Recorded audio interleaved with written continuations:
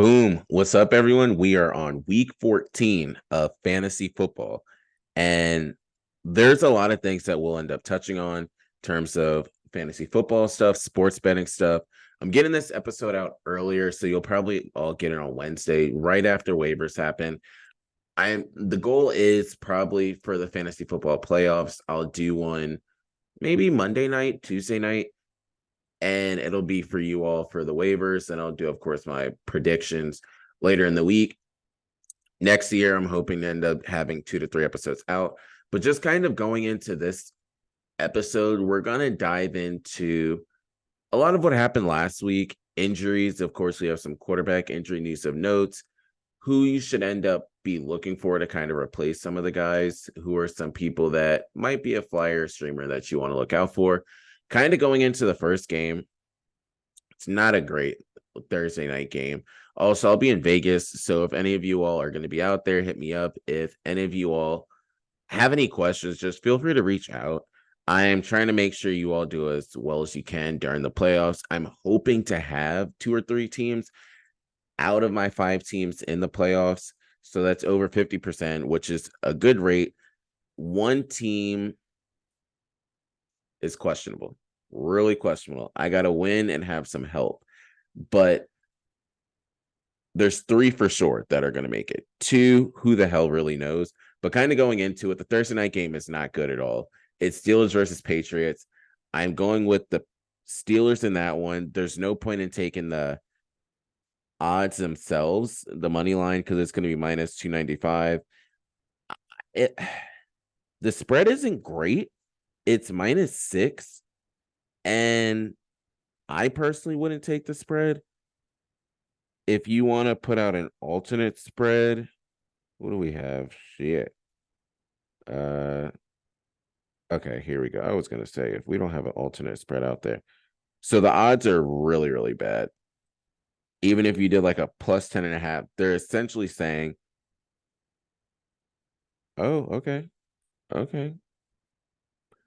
So if you want, you can go with the Patriots spread on their side. It's not amazing, but you could do like plus 15.5. I'm going to try and make one up for you guys on the fly.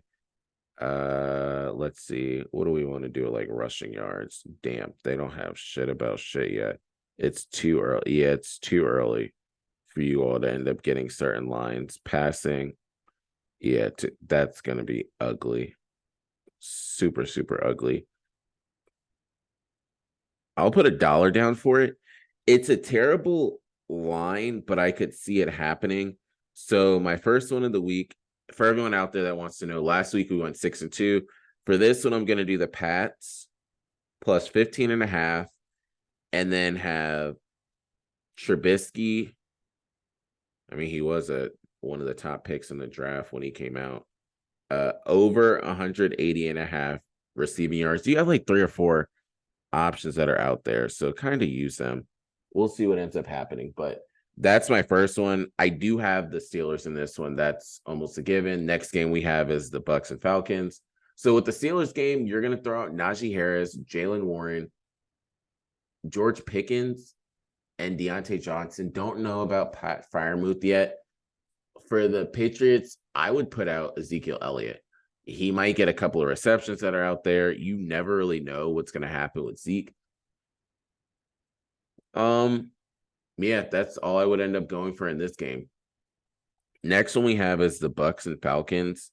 The line isn't bad. It's plus 116, minus 136. I'm going to go with the straight money line in this one. Some people might think it's a little crazy, but for my second one, I'm going to go with the Bucks. So they're also at plus 116, which is pretty good odds. You can end up throwing money on that one. People you're rolling out there for this game are, you're going to throw out Mike Evans, Rashad White. That's really it in terms of the Bucks. In terms of the Falcons, just Bijan Robinson and just call it a day at that. This is a game that will have a lot of playoff implications on it because the Bucks are trying to get into the NFC South position. The Falcons are top dogs that are over there. Mike Evans has been a dog each and every week. Kind of going into the next one, Lions, Bears. If you choose anybody but the Lions, you should be crazy. But the line is not that good. right now, believe it or not, you could get really good odds at this point. I don't think there's going to be much out there that you can end up choosing on. Scoring is the only thing. Yeah, they don't really have much. I guess they're predicting a high scoring game as well, but popular 168 is not the greatest, but I'm gonna go the Lions money line. Bears, they're playing outside, which is gonna be cold. But currently the line is minus 168, so I'm gonna switch it up. I'm gonna go with the spread of -3 for the Lions. That's at minus 122 right now. You can either get the money line or you can get the spread, but the money line is at minus 168. The spread is at -3 for minus 122. The odds are a little better there, and that's just a field goal difference. I don't think the Bears are good enough yet. I think the Saints can put up a good amount of, I think the Lions can put up a good amount of points. For the Lions, you're rolling out Jahmyr Gibbs, David Montgomery, Sam Laporta. Sam Laporta had a game last time. Amon-Ra St. Brown, and that's really it. Jameson Williams did well.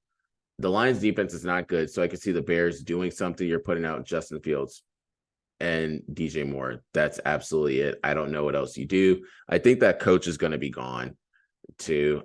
You're going to see a lot of firings with these coaches. We're in week 14. We got 4 weeks left in the season. I think some coaches are going to start to get fired. Your next game you got is the Colts and the Bengals. So the Bengals did really well with Jake Downing last game. I don't see this being a repeat of what we just saw. So with this one, I can really see the Colts winning. The Colts defense did do well as well. So I'm going with the Colts money line in this one. It's at minus 112. And you're putting out Zach Moss. Zach Moss is someone I think is a really good starter. Michael Pittman Jr. is another one that you're putting out there. You can go with the Colts defense too. I don't think that's a terrible decision for the Bengals. Joe Mixon, of course. You're also, let's see if they have any lines for like touchdown scores. Nothing yet. They just have alternate spreads. But you're going with Joe Mixon and Jamar Chase. I would advise you not to put anybody else out there, but you can make your own decisions. The next game is Jaguars-Browns. Trevor Lawrence is not playing. So for me personally, that's an easy decision to go with the Browns. In this one, the Jaguars they lost to the Bengals. Of course, you will have more time now to prepare CJ Beathard for this game, but I'm personally going with the Browns in this one. The odds currently right now are minus 174, so it is early. I don't see it being a high-scoring game either. Currently, it says over-under is 30.5 points. That's the same as the Patriots Steelers, and that is tied for the lowest of the week. So Jags Browns are minus over under 30.5, which is low. I told you who you're end up. Well, for the Jags Browns, you are putting out Travis Etienne and Calvin Ridley and Evan Ingram. Evan Ingram should do well, should have a decent amount of reception. So if you want to do some sort of parlay on the money, on the receptions that he has, be my guess for the Browns. Elijah Moore is someone, believe it or not, that's a crazy name, Elijah Moore, and then you can throw out the running backs too. David Njoku is somebody else that can be played. Joe Flacco is a quality quarterback. That Jaguars defense is not the greatest. We saw that because Jamar Chase went ham with the backup quarterback too in that one. Next one we have is Panthers Saints, and this one is not as easy as you would think it should be of a cakewalk. Yeah, they don't have anything yet. I'll wait for other stuff down the line because all they have is essentially the money line, but I'm going with the Saints in that one. Panthers, just Adam Thielen's only one. Chuba Hubbard is somebody else you can play if you want to. For the Saints, Chris Olave, Derek Carr, you just got to shut him down for the season. That's 2 concussions in the same month. We saw what happened with Tua Tagovailoa last year. Just don't play him. So Chris Olave, and Alvin Kamara are the only ones that I'm rolling out there. Nobody else is a play. The next game, which should be a lopsided game, I don't feel as though this should go any other way. The Texans and the Jets, I'm going with the Texans in that one by damn near a landslide. It won't be as high scoring as you think because that Jets defense is a stud. But for the Texans, you're rolling out CJ Stroud, Nico Collins, Noah Brown. That's it on the offense. For the Jets, Garrett Wilson is the only one you're putting out there right now. Breece Hall is an extreme flyer. If you do that, apparently they're saying Zach Wilson might be playing. We'll have to end up seeing how that ends up going. The next one we have is the Rams versus the Ravens. And I have the Ravens in this one.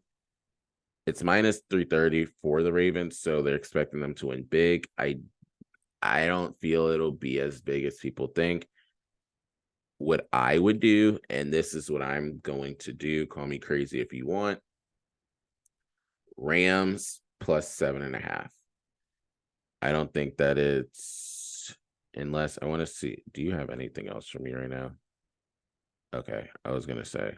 So Rams plus 7.5 is at minus 122. I'm going to go at Rams plus 8.5. Don't think it's crazy. It's at minus 336, and I'm going to see how that goes. I'm going to go with the Ravens for the win, air quotes, but I have the Rams plus 8.5. I don't think it's going to be as terrible or as wild as people think.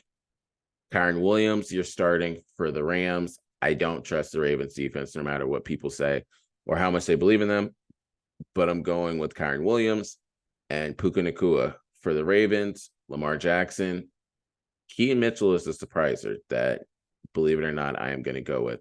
But last week, they showed you with the Browns defense, Kyren Williams can run on that defense. Puka Nacua can get over the top on that defense as well. I don't know the Ravens go back to their who really knows what receiver you're going to have. If the Ravens make the playoffs, pay attention to Odell Beckham Jr. He is definitely trying to go for a contract, and he's going to come alive in the playoffs. The Ravens do not need Odell Beckham Jr. in the regular season. They need him in the playoffs. And if you're going to get a top seed, you need that playoff experience, which OBJ does have. Next game, I'm going with the Ravens in that one. Next game, we have the Vikings and the Raiders. That one's a toss-up because before the bye, if you remember, they were questioning if Josh Dobbs was going to be someone that we can trust or put our faith in. I'm personally going with the Raiders in this one. I also feel you should pay it. So Raiders, the money line right now is at plus 138. In terms of the Raiders, you're putting Devontae Adams and Josh Jacobs out there. Jacoby Myers kind of went by the wayside. You're playing two backups because it's Aiden McConnell or it's Josh Dobbs. Aiden McConnell is going to find his guys. Josh Dobbs should have Justin Jefferson back, which is a big one. The Vikings will have Jordan Addison. You're not playing him anymore. At this point, TJ Hawkinson should have a ball of a game. I can see TJ Hawkinson almost getting 6 or 7 receptions and 60 to 70 receiving yards.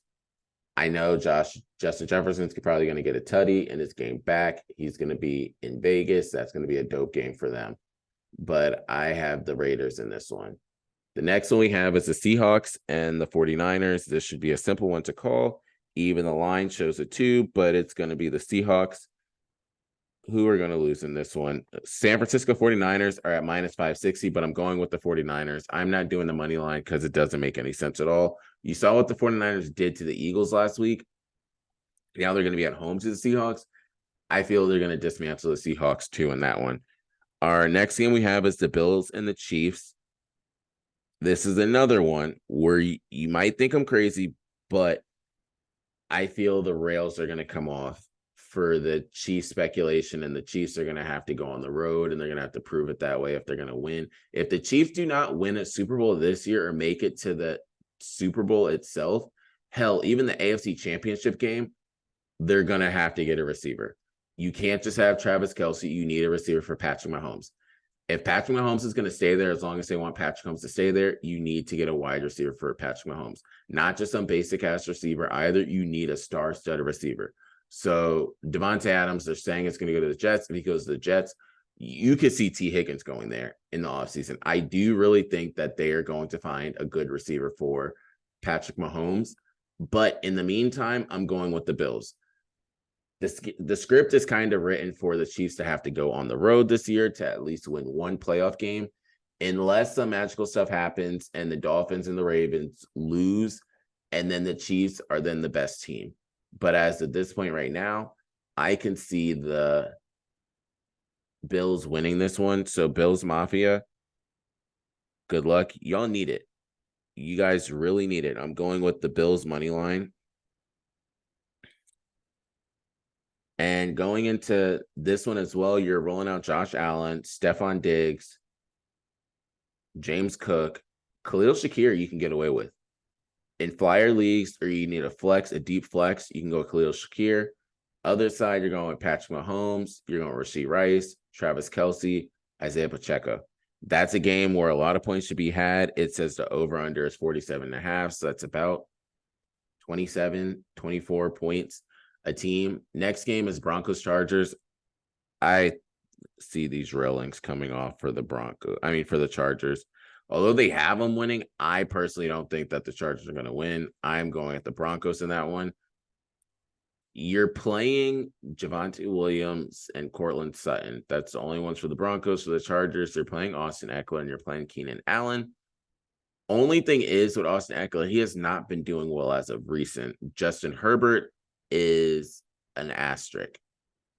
When I say that I have Justin Herbert in a couple of leagues, I might be leaning the other way and finding another quarterback because Justin Herbert has not been doing it as of recent. For me personally, if we can end up just pulling up his stats the recent weeks, where is this league that I have Justin Herbert in? So off of Yahoo Sports, last week in the league that we play in, he had 3.74. The week before that against Baltimore, he had 10. Before that against the Packers, he had 20. Lions, 22. Jets, 4. Bears, 18. KC, 7. Dallas, 15. Then he had a bye. Then he had 21, 21, 16, 16. So he started off hot up to week 6, and then he dropped against KC to 7 points.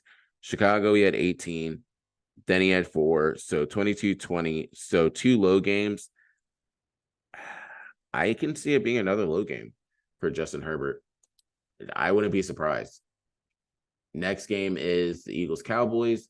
I'm going with the Cowboys in that one. I know that's probably another surprise to people, but again, same thing. So the Eagles are the underdogs currently, but same thing I said for the story with the Chiefs.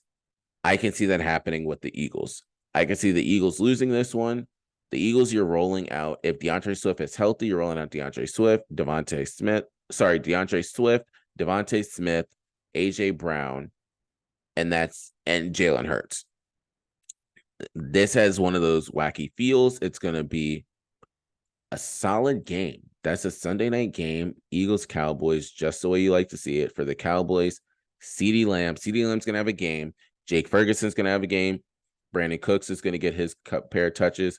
Tony Pollard, she gets a couple of receptions. I don't see him doing as much on the ground, but in the air, he should get a couple of receptions too.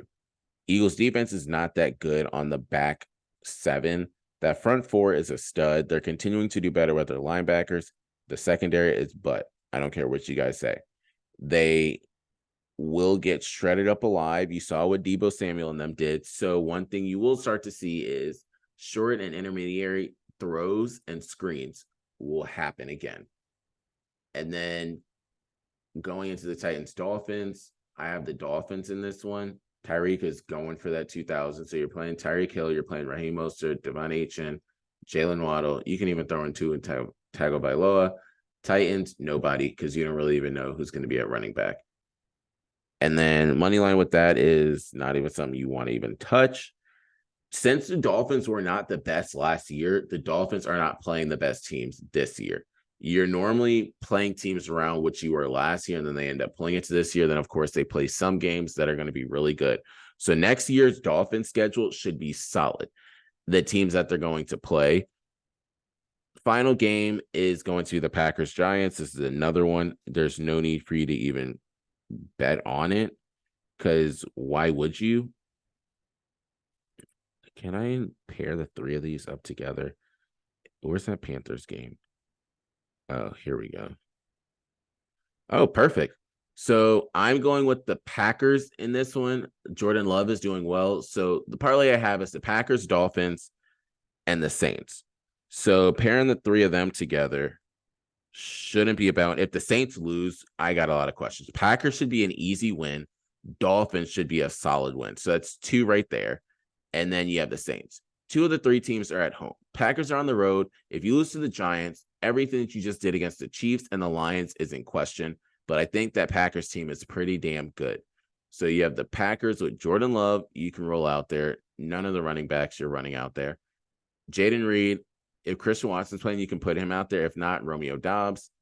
And then the Giants, just Saquon. But if the Packers are able to stack the box, then the Giants have nobody. Tyrod Taylor might play, but that's not going to make a difference. The Giants are not going to win that game. Packers, Dolphins, straight up. That's what I have for those. And then add to that parlay to make it a positive. Then I have the Saints. Saints, if you lose, we're going to have a lot of discussions. But that's all I have for today. I appreciate you all as always. Thank you for just everything. Always listening. I appreciate the supporters we had last week. Until next time, this is Hayes, AO Shifty. We out.